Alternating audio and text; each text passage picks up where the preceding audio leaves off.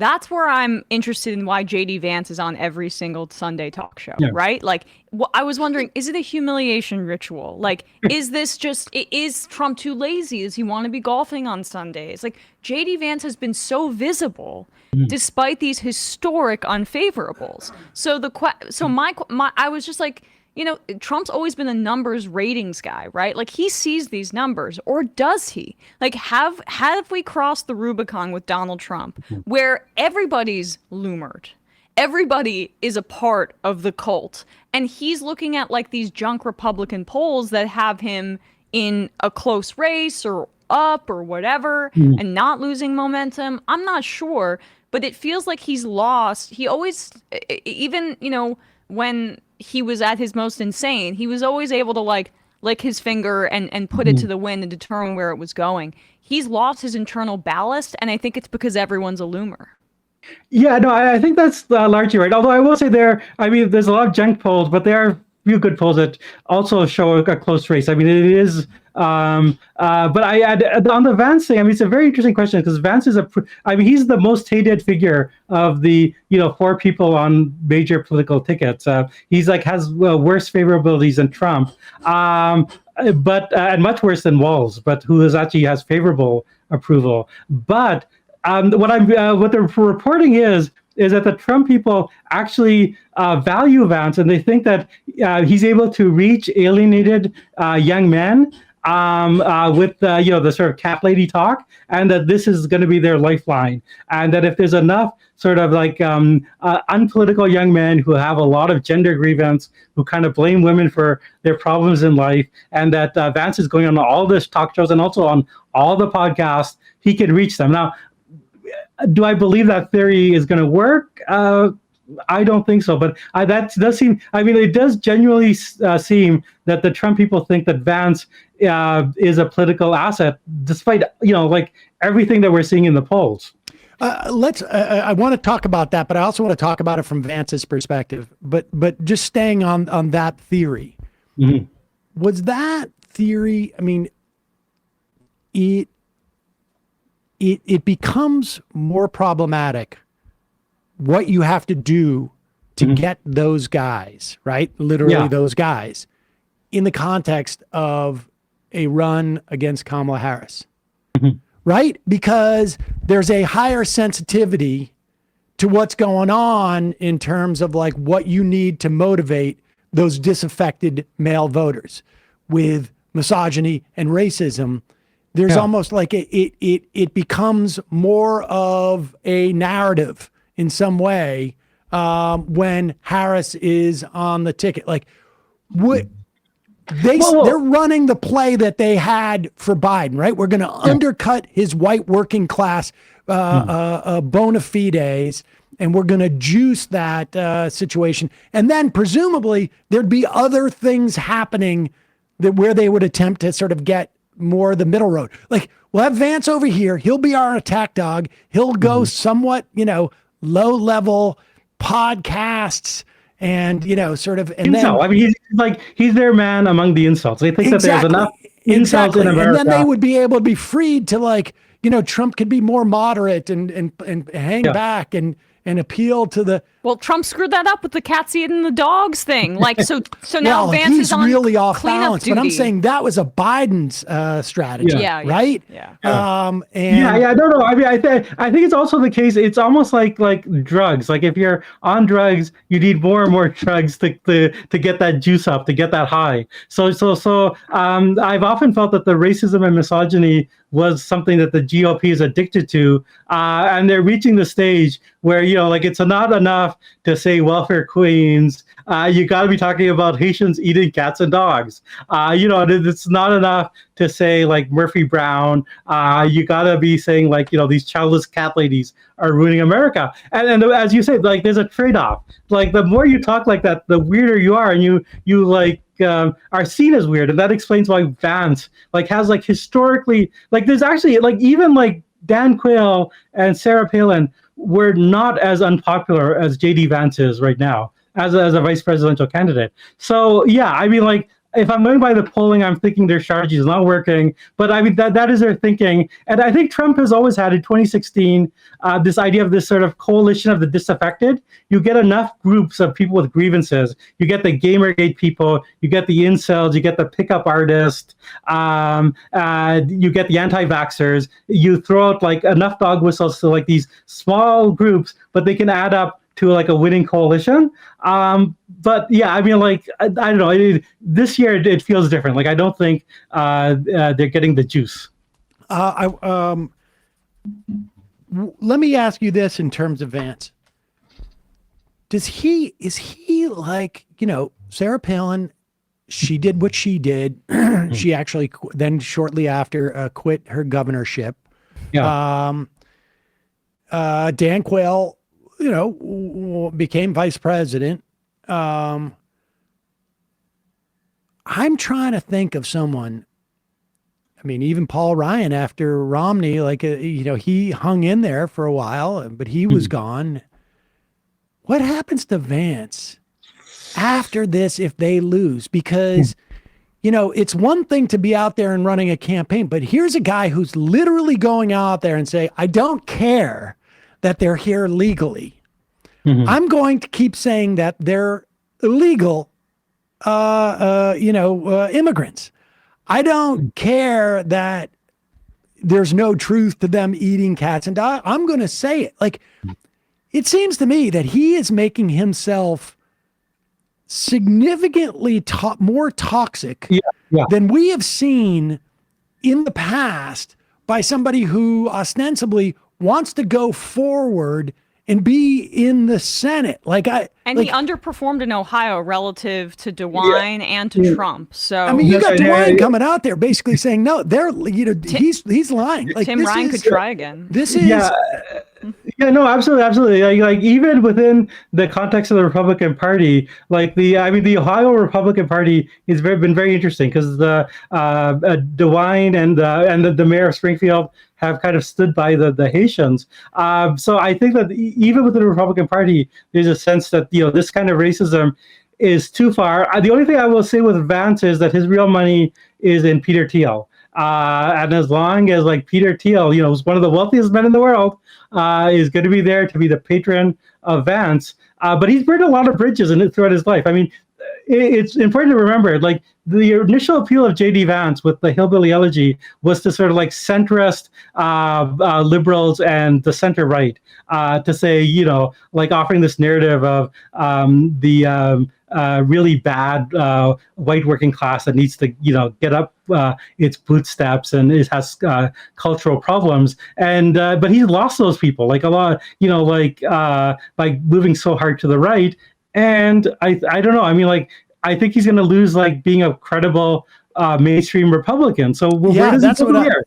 Yeah, that's what I find fascinating. All right, lastly, let me ask you this, because look, there is nothing that Trump is going to do that is not going to get him 45% of the vote, right? Yeah. I mean, and there's nothing, and same with Harris. This vote is just going to come down to sort of like margins. It's not. It's not, and I wanted one more question after this about sort of deliverism, but do you think when you see the sort of like missteps they're making in terms of at least the narrative, like, again, this is a very close election. I wouldn't, any prediction I make about Harris winning is, I don't know, 40%, 70, 60% aspirational, right? But they do seem to be making missteps, like, and I wonder if Bannon being in jail and Stone being wrapped up, like, these are the guys who sort of created the Trump, Sean Hannity gave him advice, but Sean Hannity's an idiot. I mean, Sean Hannity is not a smart guy. Bannon, I think, is nuts and a horrible person, but he's smart. He has a theory of this. Sean Hannity is just a moron. And is it possible that just like the architects of Trumpism, and they're not around to sort of calibrate in the way that maybe they need to be? Yeah, no, I think his campaign is significantly more sort of chaotic. I mean, they do seem to have a theory. It's the one I outlined when I talked about Vance. I mean, it is they're betting everything kind of on gender and race. That there's enough alienated young white men who are basically unpolitical, don't normally show up, but will show up because Trump is going to be seen as their savior. Like I think the polls are close enough. It really does seem like it's all going to come down to Pennsylvania. Like if you look at like Trump's spending, they're just spending on Pennsylvania, North Carolina, and Georgia, and they're spending on North Carolina and Georgia to shore those places up. Because if they lose those, then it's gone for them. But Pennsylvania is where the battleground is. The polling there is like very tight. I think that Harris has been making less mistakes, but she's also been like super cautious and hasn't been taking risks to try to expand that base or try to figure out ways. I mean, she's still, they're trying to appeal to the centrist voters as well, and they're having success with that. But if you look at the polling, like they're still underperforming compared to Biden 2020 with young people and Latinos. And I think that like if they really want to, spike the football, they really have to figure out, like things that they can deliver or ways to reach that audience. And they're playing cautious. They're playing more like they got this in the bag than I think they should be. Well, and I've seen some analysis of like the crosstabs of Times Siena overestimating, they think, based on comparison with other highly rated polls, the level of Trump support amongst young men. Now, it's like, it's all just about like our read of the data and reads of the situation, but I'm less convinced that this race is as close as people think it is. I think on the national level, my theory and a lot of other people's is that Democrats are underperforming in populist blue states like New York, which makes her more tied in the national polling. But when it comes to the swing states, it's been a consistent trajectory in one direction. So no, she's clearly like doing much better than like Biden was, and it's very competitive. I think Pennsylvania is the one I kind of am worrying about. There's enough, like fairly good polls in Pennsylvania that shows like a really tight race, and I think that explains the question about Vance that you were asking. Like I think that they think Vance is the guy that can speak to those Midwestern alienated young men. Now, whether that actually happens or not, like we won't know until the election day. But I mean, I do think that is their strategy. I think the good thing is I think Kamala Harris has many more paths to 270 than Trump does. So I mean, like even if Pennsylvania doesn't, like there's ways where, I mean, North Carolina I think is in play now, and that's like really big news. Well, I wonder, like, I mean, because there's now like a Sun Belt strategy, there's a Rust Belt strategy, and there's like probably a hybrid a strategy. A lot of it feels like it goes through Pennsylvania, though. And so I'm with you on that. Do you think the only next thing that we have that we know about, right? I mean, we could have an Israeli a full-on war with Lebanon. That, somehow involves at least, U.S., I don't know, sea power or what. But the next big thing is the debate, which is basically a week and a half from today.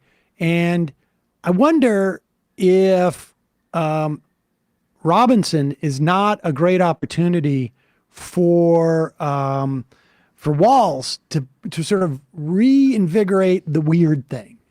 Like, I mean, if I'm Walz, if I'm the Harris campaign, I want Walz out there talking about Robinson nonstop because you want that question to come up at the debate. And you start to like throw it out there as a way of trolling the press. Like that to me seems like because here's the thing. This election, we're seeing it with the Teamsters, right? Deliverism. I don't know if there is a single cohort in this country outside of Teamsters that has had a direct, like, talk about delivery. Like there's nothing clearer. I don't know if you can find a clearer line between this administration and putting money in the pocket of pensioners, the Teamsters, than the American Rescue Act did in saving, I don't know, like almost 400,000 Teamsters pension. Totally direct. And yet, it appears that at least, the Teamsters at best may be 50-50 in terms of the individuals, in terms of who they support. And, O'Brien's out there trying to save his own skin, it seems to me.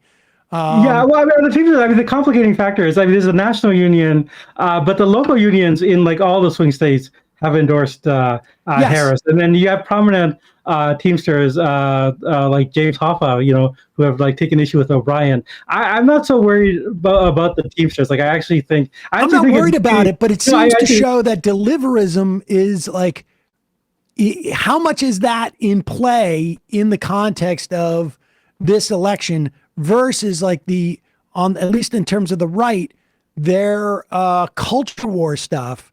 And it seems like Walz using the weird is really leveraging the culture stuff and making it like a liability for them. Yeah, no. I think that's basically right. Although I feel like you need some of the deliverism. It's just the case that like white workers who are in unions are much more likely to vote for the Democrats than non-union workers, and I think the unions are pretty much coming for a good reason, coming out strongly for Harris. But right. Yeah, like in terms of the culture war stuff, ever since Dobbs, the Republicans are on the wrong side of this. And actually, like to go back to the young men question, I think there are a lot of young men who might be very chauvinistic and racist and whatnot, but aren't going to want to have abortion like outlawed just for their own self-interest. So they don't want to become baby daddies either. So I actually think that the culture war and the fact that the whole Vance approach to this is like such a fringe position. It seems so strange to 21st century Americans. Yeah, I do think that's a resonant message. That's why Walz's weird meme has taken off, and it's worth reviving. And I think there's some criticism that we can levy at the campaign to a degree with, I understand that they're trying to win over moderate Republican voters, but the middle class, I'm from a middle class family, I'm going to deliver for the middle class. It's just not necessarily speaking to workers in the same way. It's a bit of it's trying to draw out certain kinds of voters, and I understand the goal is to win, but I think you can do both. I think you can. Yeah, no, absolutely. Yeah, I would not say where there seem to be safe is Michigan and Wisconsin, and I do actually think that is pure deliverism, in terms of the actual state governments being run by Democrats who have done stuff that has benefited people in very real ways, and the strength of the union in the upper Midwest. So I think it's a combination of both. I actually think right now I'm sort of with Emma, they're not paying enough attention to the people who aren't middle class voters, but who are Democratic voters. And I would say young people and people of color. That's, if I were running the campaign, that's who I'd want to be shoring up at this point. Jeet, I think we managed to cover this 24 hours. The stories are all ongoing, though. Mark Robinson's not going anywhere. Well, as Lenin once said, there are decades where nothing happens and weeks where decades happen. And so there are decades where there's no juicy gossip and days where you have decades worth of juicy gossip. And that was yesterday. Yeah, and I have a feeling that Vance is going to give us some fun stuff over the next week, or so. But we shall see. The fun never stops. The fun never stops. Jeet here, always a pleasure. We'll link to your stuff in the Nation magazine, of course. And I should also add, just a great follow on Twitter, and I don't know if you're on Blue Sky or wherever it is, but check out Jeet here. Thanks so much. Okay, thank you. Thank you. Hey, folks, don't forget to hit the subscribe button and check out our daily show. We do it every day at 12 p.m. Eastern for about 2.5 hours. We even take phone calls. You should check that out.